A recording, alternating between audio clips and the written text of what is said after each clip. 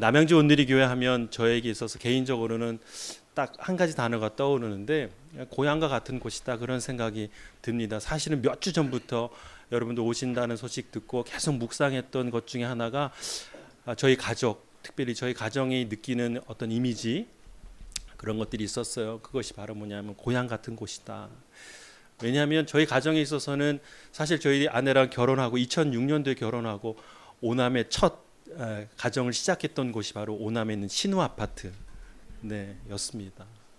그래서 당시에는 그곳이 어떤 동네인지도 몰랐죠. 왜냐하면 아시겠지만 그때는 이 양방 차선이라고 하나요? 그래서 앞에 경운기나 느린 차가 가면 계속 기다려야 했던 그런 환경 속에서 처음 결혼해서 들어와서 첫 신혼 살림을 시작하고 2010년도였나 이제 제가 거기 간사로 일하기 시작하면서 남양주 온누리와 함께 이런 관계를 맺게 되었던 것 같습니다. 그러면서 저에게 개인적으로는 저한테는 아주 인상 깊었던 기억이 하나 있는데 오남을 떠나올 때였습니다. 2014년도 봄쯤이었는데 그때 한없이 이 아파트 베란다에서 사다리로 짐을 내리는 그 모습을 계속 저 혼자 이렇게 지켜봤던 기억이 나요. 왜냐하면 오랜 시간 동안 저희 가족이 시작했던 그곳을 떠난다는 마음이 이상하게 알 수 없는 그런 어떤 마음이 계속 들었던 기억이 납니다. 그래서 짐이 내려오는 그 장면을 계속 지켜봤던 기억이 납니다.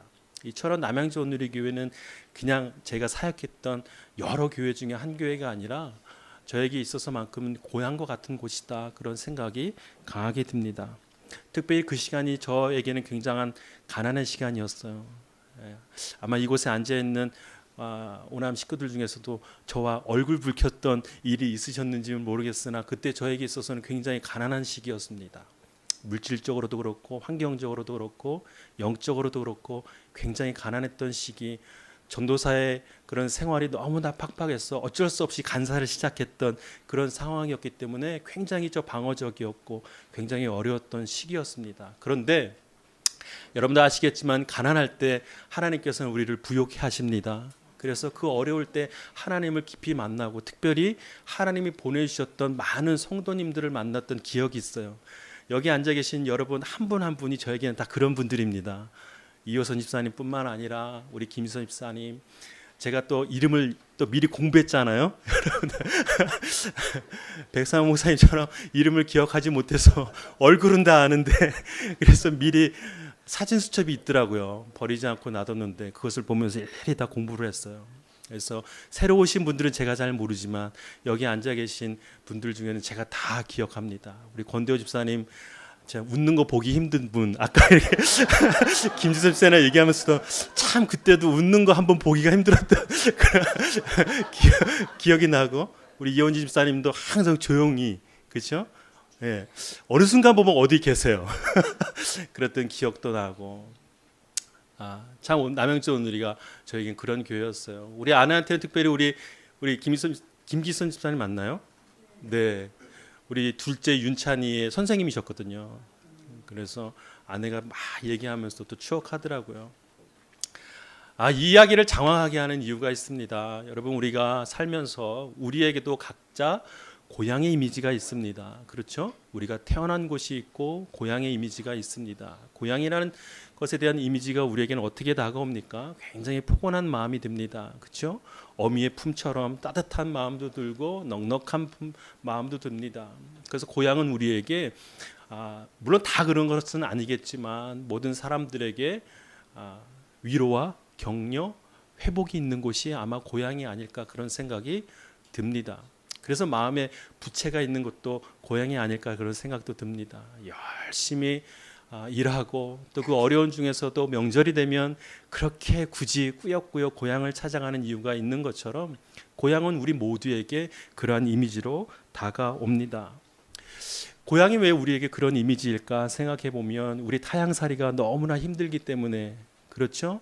고향을 떠난 우리의 삶이 너무나 피곤하고 지치고 고단하기 때문에 그만큼 상대적으로 고향이라는 이미지가 우리에게 그렇게 크게 다가오는 것 같습니다. 그래서 아마도 남양주 온누리 교회가 저에게는 그런 이미지가 되는 것 같은 생각이 듭니다. 그런데 성경에서도 우리에게 고향이 있다라고 말씀하십니다. 오늘 여러분이 읽으신 본문 가운데서도 우리가 살펴볼 수 있듯이 우리에게 하나님께서 고향을 허락하셨습니다. 그 고향은 어디입니까? 바로 천국입니다. 하나님께서 계신 곳, 하나님이 우리를 바라보시며 다스리시는 곳, 바로 천국이 우리에게 있어서는, 특별히 그리스도인에게 있어서는 바로 고향과 같습니다. 그렇기 때문에 하나님을 믿는 모든 자녀들은 그 고향을 사모하며, 즉 하나님의 나라 천국을 사모하며 사는 삶을 살아가야 합니다. 그 천국을 소망한다는 것은 곧 그 안에 우리가 영원히 살 수 있는 영생의 약속이 담겨져 있기 때문에 타향과 같은 이 땅에 살아갈 때 우리는 하나님께서 허락하신 그 천국을 소망하며 살아가야 합니다. 왜 하나님께서 우리에게 이와 같은 고향, 즉 천국을 허락하셨을까? 이 땅에서의 삶이 너무나 고단하고 지치고 힘들고, 무엇보다 그리스도인으로 사는 것이 너무나도 어렵고 너무나도 힘들기 때문에 하나님께서 우리에게 위로와 격려를 허락하시기 위하여 그 천국, 고향, 즉 본향을 허락하셨다라는 사실입니다. 이때 우리는 한 가지 우리의 삶을 좀 돌아볼 필요가 있습니다. 그것은 뭐냐면 바로 우리가 발딛고 사는 우리의 삶, 이 세상이 우리 그리스도인들에게 있어서는 타향과 같다라는 사실입니다. 즉 우리가 있어야 할 곳이 아니라는 사실, 즉 우리는 이 땅에 살아갈 때 나그네된 삶으로 살아간다는 것을 우리는 분명히 깨달아야만 합니다. 그래서 많은 가수들도요 노랫말에 그렇게 얘기하고 있잖아요. 빈손으로 왔다가, 이런 거 코드가 안 맞네요 저랑. 네, 빈손으로 왔다가, 네, 이처럼 이 땅에서 삶은요 그저 나그네로 왔다가 하나님의 나라로 가는 그런 삶이 바로 우리의 삶입니다. 그런데 이 타향과 같다라는 삶의 이미지는 무엇인가? 우리가 이 땅의 삶이 정말로 날마다 평화롭고 은혜가 넘치고 또 하나님과 함께하는 삶이면 너무나도 좋겠는데 그렇지 않다라는 사실이에요. 세상은 늘 우리를 공격하고 유혹합니다. 우리가 믿음으로 도전하고 살고자 하지만 세상은 우리를 그렇게 놔두질 않습니다. 우리가 넘어지도록 우리를 유혹하고 하는 것이 바로 이 세상의 가치관 또는 영적인 공격이 있는 곳이 바로 우리가 살고 있는 이 세상이라는 사실입니다. 자, 그렇다면 우리는 이 시간에 한 가지를 질문해 봐야 합니다. 하나님, 과연 그렇다면 너무나도 힘들고 어려운 이 땅에서의 삶에서 우리에게 허락하신 본향, 즉 영적인 고향과 같은 천국만 소망하며 살면 됩니까? 우리는 죽어서만 갈 수 있는, 우리 육신이 다 땅으로 돌아가 흙으로 돌아가 흩어져 버리고 난 뒤에야 만날 수 있는 그 하나님의 나라만 보고 살아가야 합니까? 여전히 나의 삶은 힘들고 곤고하고 어렵고 믿음으로 사는 것은 더더군다나 어려운데 타향과 같은 이 세상에서의 그리스도인의 삶을 살아가면서 아직 만나지 못한, 또 경험하지 못한 그 하나님의 나라, 그 본향만 소망하며 살아가야 합니까? 라고 묻게 되는 겁니다. 여러분 어떻게 생각하십니까? 우리가 한 해 동안 그 한 날 명절만 기다리며 열심히 힘들게 스트레스 받으며 여러분 사회에서 그렇게 일하고 열심히 하다가 그렇게 잠깐의 시간 고향에 가서 그 마음을 내려놓고 쉼을 얻는 그런 모습처럼 이 땅에서의 삶에서 날마다 공고하고 힘든 삶 속에서 그 하나님의 나라만 바라보며 사는 것이 과연 우리가 살아가는 삶의 모습이 맞습니까? 라고 묻게 되는 것입니다. 그러나 오늘 성경에서는요 우리에게 분명히 그 하나님의 본향, 하나님의 나라가 우리가 죽어서만 만날 수 있는 것이 아니라는 사실을 우리에게 알려주고 계신다는 사실입니다. 그 사실을 오늘 우리가 본문을 통해서 볼 수 있습니다. 다시 한번 본문을 보면 이렇게 기록되어 있습니다. 만일 그들이 떠나온 곳을 생각하고 있었다면 돌아갈 기회가 있었을 것입니다. 그리고 16절 같이 읽어볼까요? 시작. 그러나 그들은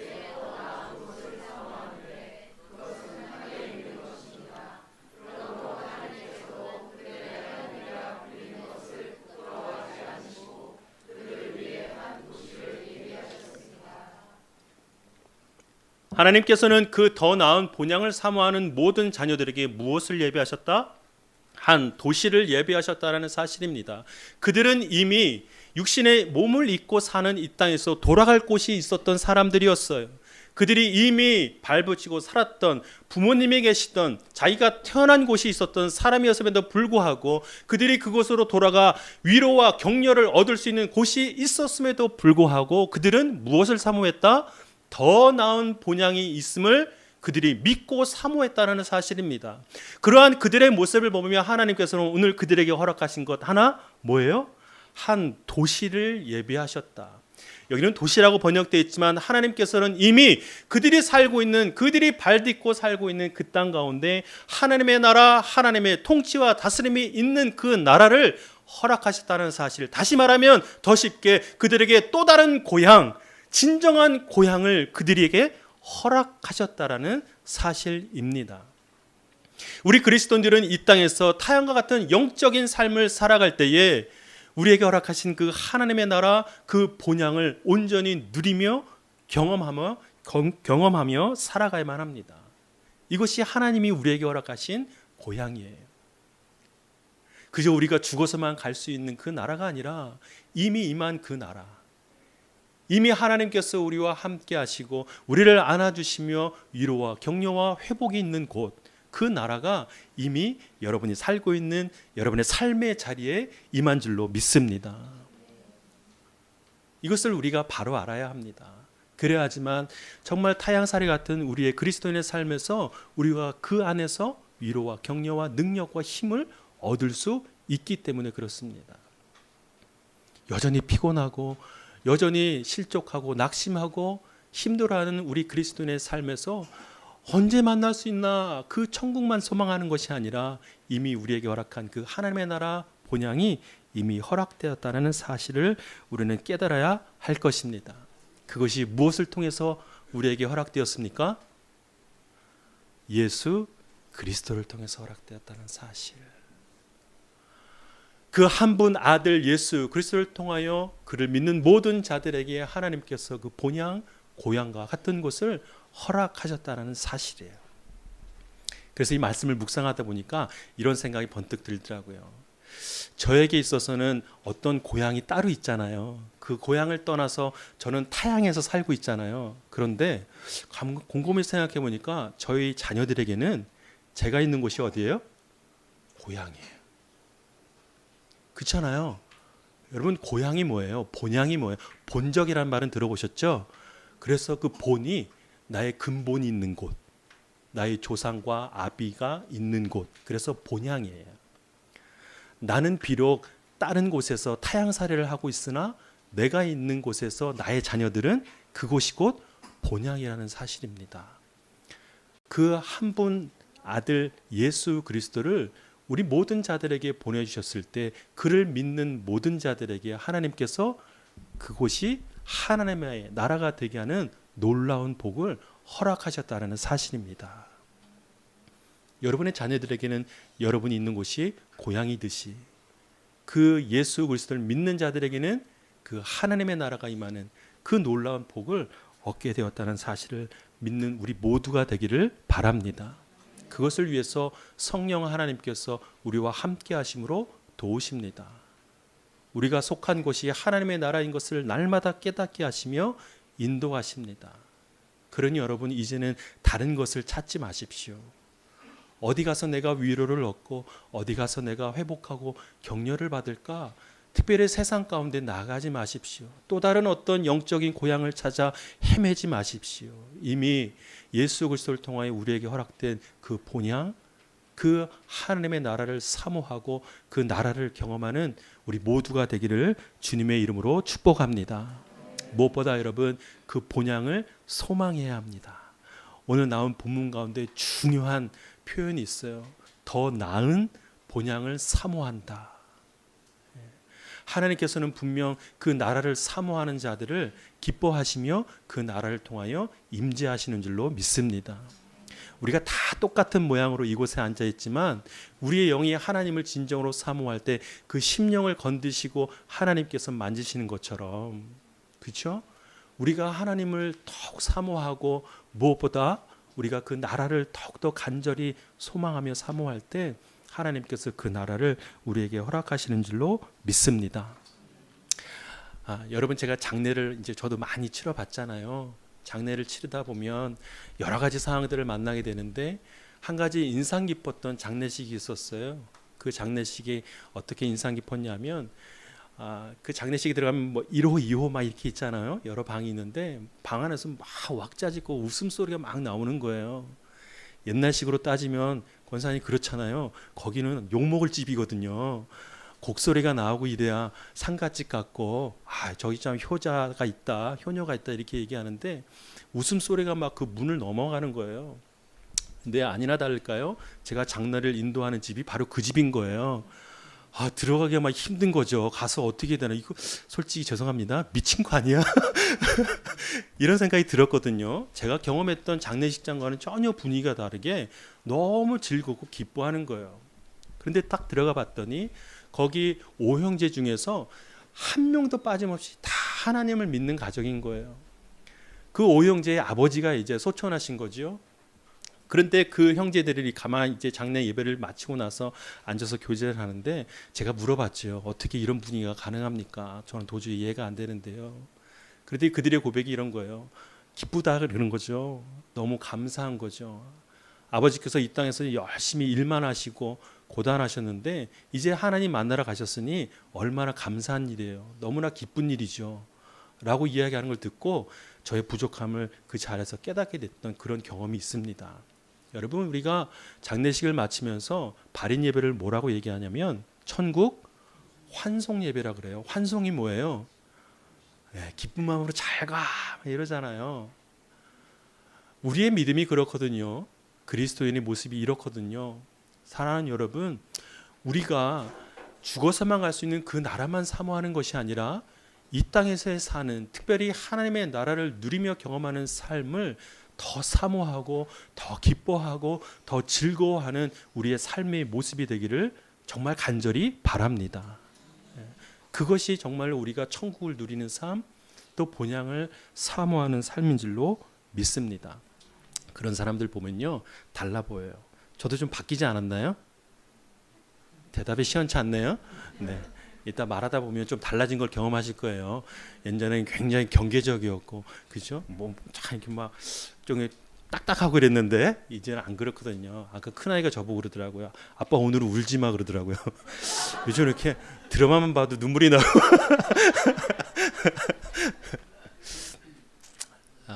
여러분, 하나님의 나라를 경험하며 사는 사람들은요, 그 표정에서 다르고 그 삶이 달라지는 겁니다. 하나님의 나라를 경험하며 사는 우리 모두가 되기를 바랍니다. 그래서 하나님께서 우리에게, 우리가 잘 아는 말씀 있잖아요. 우리가 살아갈 때 삶의 기준 중에 가장 첫 번째가 뭐냐면 먼저 뭐를 구하라? 왜 그렇게 말씀하셨을까? 우리가 그리스도인을 살아가면서 가장 먼저 구해야 할 것, 가장 먼저 우리의 삶의 기준으로 삼아야 할 것은요, 바로 그의 나라, 하나님의 나라를 먼저 구하는 일입니다. 우리의 삶에서 그 고향이, 그 본향이 우리의 삶의 자리에 너무나도 익숙하고 일상적인 우리 삶에 임한다는 사실을 우리가 믿고 사는 삶, 그것이 우리가 믿는 삶의 가장 우선되고 첫 번째 되는 삶이라는 것을 하나님께서 말씀을 통하여 우리에게 주십니다. 두 번째가 뭐냐면 그 나라와 무엇을 구하라? 의를 구하라. 근데 그 뒤에가 더 중요해요. 그리하면 어느 나라 말인가요? 중국어 같기도 하고 이 모든 것을 너희에게 더하시리라. 하나님의 나라가 우리 삶에 임할 때에 우리가 필요한 모든 것을 하나님께서 더하시는 줄로 믿습니다. 그것은 조건은 하나님의 나라를 구할 때요, 더 나은 본향을 사모할 때예요. 하나님의 임재와 통치가 있는 그 나라 안에 거할 때 하나님께서 우리에게 모든 것을 더하실 줄로 믿습니다. 우리가 누군가를 미워할 때 우리의 마음을 탁 막아주시고, 말로 누군가를 살인할 때 그 입술을 탁 닫게 하시고, 이런 게 모든 것을 더하시는 거 아니에요? 우리 자녀들을 격려하고 축복할 때, 아내와 함께 사랑하고 가정을 이루며 살아갈 때, 직장 안에서 그리스도인으로서 향기를 발할 때, 그런 모든 순간순간마다 하나님께서 우리에게 더하실 줄로 믿습니다. 오늘 여러분이 특성한 것 중에서 가사 하나가 제 마음에 다 와닿는데요, 제목처럼 비 준비하시니, 이게 무슨 뜻인지 아세요? 성경 말씀에 하나님께서 이른 비와 늦은 비를 허락하시는 분이십니다. 우리의 모든 상황을 다 아시고 우리에게 필요한 모든 것을 하나님께서 허락하십니다. 우리가 비가 필요할 때, 이게 이른 비인지 늦은 비인지 하나님의 섭리 가운데 그 자비와 긍휼로서 우리에게 허락하시는 그 하나님, 그 놀라운 하나님의 긍휼이 하나님의 나라를 통하여 여러분의 삶에 임하기를 주님의 이름으로 축복합니다. 아멘. 아멘.